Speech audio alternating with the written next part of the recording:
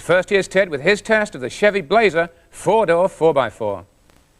Well, it looks like Jeep, who once owned the four-door utility wagon market, now have another rival for buyers' affections.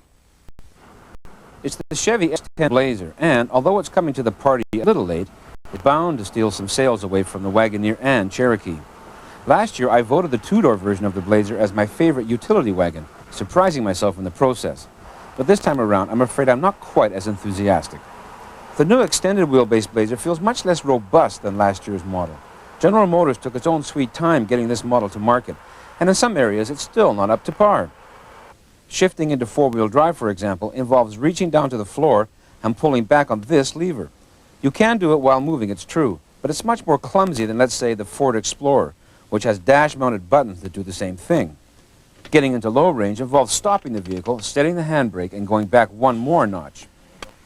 Power for the Blazer comes from a fuel-injected 4.3-liter V6 that develops 160 horsepower at 4,000 RPM.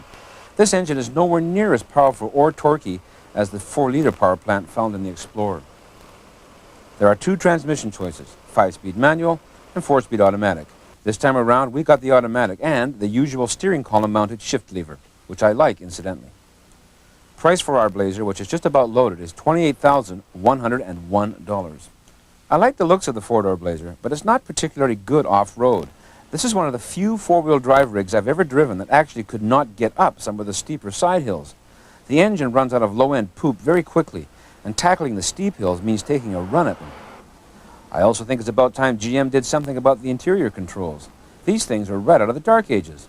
The sliding lever for the heater, for example, is stiff and uncooperative, and the ventilation system doesn't have a bi-level setting. Furthermore, the radio only has 4 station settings, and the windshield wiper switch is at least 10 years out of date. They all work, but hey guys, this is 1991. I also struggled with the two-way rear door window switch. Again, nowhere near as refined as the Ford Explorer.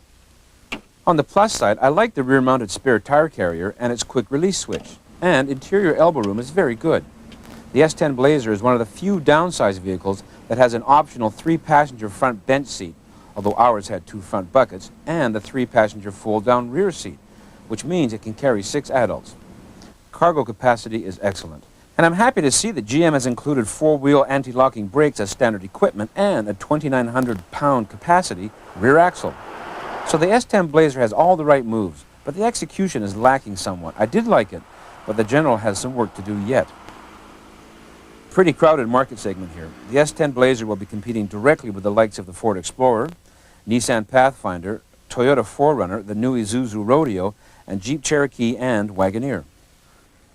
I liked it, but there were some things about it that drove me crazy, I got to tell you that. Well, maybe, yeah. I must say that I think the styling is a little mundane to me, and I didn't like the interior, which is really kind of GM-ish, which means it's not that great. The drivetrain was nice, and it did handle pretty well. I thought it was all around a pretty good truck. It makes me wonder why the interior controls are the way they are. You would think that with all the resources GM has, they would look around and say, well, this is a bit out of date, but they don't do it. The controls were terrible. Well, that's true. It's like you take a Lumina, a clean sheet of paper car, and you can't reach the radio, is it, or the heater? One of the two is beyond the reach of anybody sitting in the driver's seat, so that's the sort of thing. But these sell very well. We should say that this vehicle is the top seller in its class, the Blazer. Yeah, as long as you don't take it off-road. Let me explain what happened. I was at GM's own testing track in Michigan, and they had set up a course around a gravel quarry, and there was a bunch of small hills we had to go over. This thing would not go up some of the hills. I'm not kidding. I could take a run at it, it would stall, and I'd have to stop and hold traffic. You forgot to put it in four-wheel drive, Ted. That's what that No, I checked that. I did check that. I don't know what happened. Well, it really ran out of power is what it was. I think maybe they do assume that these things are only driven off-road for about 3% of their lives. But nonetheless. Yeah, I agree. Nonetheless, I think it's a mistake to make that assumption and to engineer the vehicle accordingly, and maybe they have in this case. But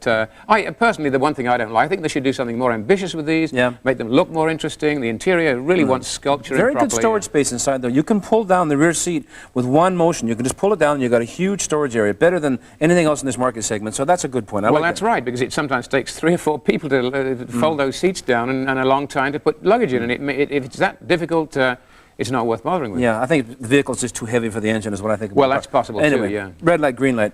I didn't like the low-end power, as I've mentioned. Needs more low-end power for sure. Interior controls are prehistoric, way out of date. On the other hand, cargo space is very good, maybe the best in this class, and it has 4-wheel anti-locking brakes, which is a very good feature. As far as driving dollar value goes, I give it 3/4 of a tank simply because there were some things about it that I just could not get used to. We'll be